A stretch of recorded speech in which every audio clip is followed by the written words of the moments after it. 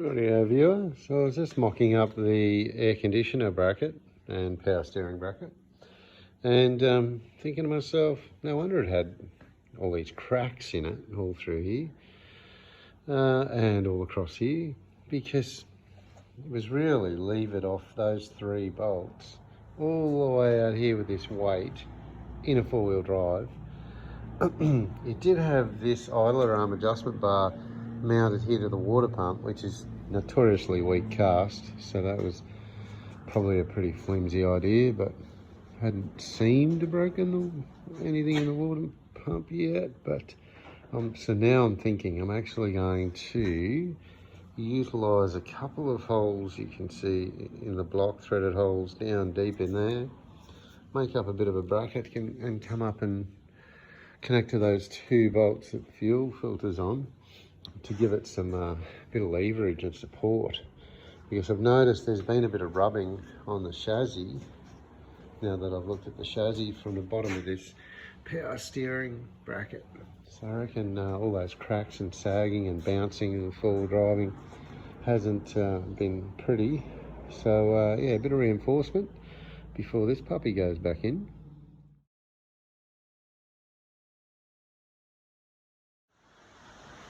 Oh yeah folks, so just been fabbing up a couple of little brackets to help support the power steering and air conditioner pump brackets there.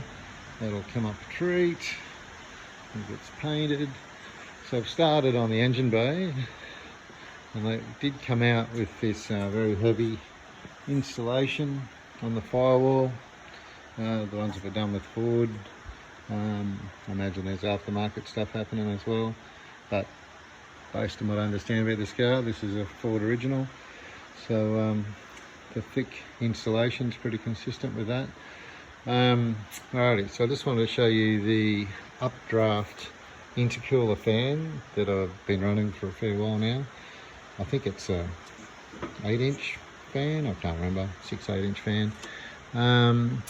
Just made up a little bracket, put on the inner guard, and that sucks up cooler air from the bottom of the inner guard and blows it up through the intercooler, because all the hot air is up here in the top of the bonnet here, so there's no use sucking it down. And yeah, that works a treat. EGTs cool down about twice as fast as if you didn't have an intercooler, and it actually changed the dyno results as well. Yeah, anyway, a little bit fatter on the mid-range apparently, and helped out there. Didn't do anything to top end, but anyway, not that kind of car. So I'm just working my way through the engine bay, pulling everything off the firewall, off the inner guards, and try and make some type of organised mess out of it so I can sand the inner guards and the firewall and get it into primer. And then, yeah, give it some base colour and some clear, and start rewiring this jumbled mess. Anyway, that'll keep me busy while it's raining outside.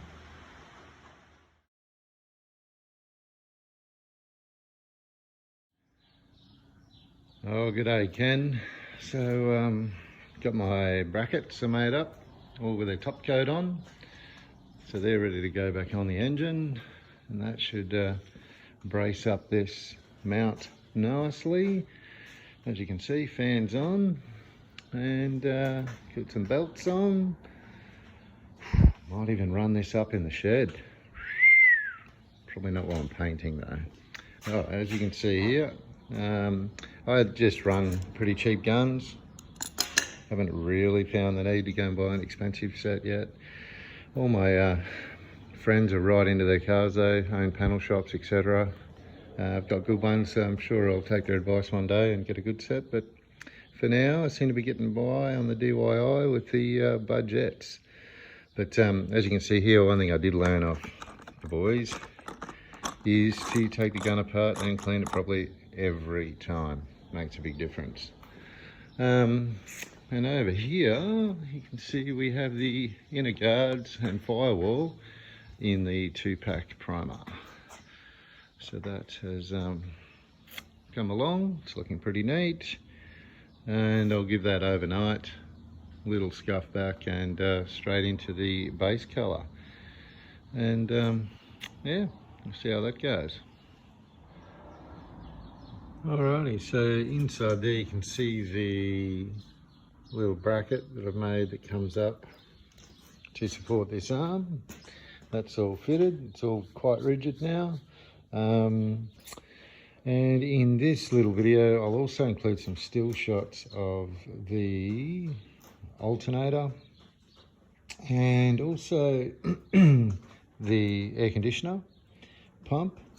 I haven't quite worked out how to narrate over still photos, so I don't know, I'll just tell you what I'm doing and you'll work it out when you see the photos.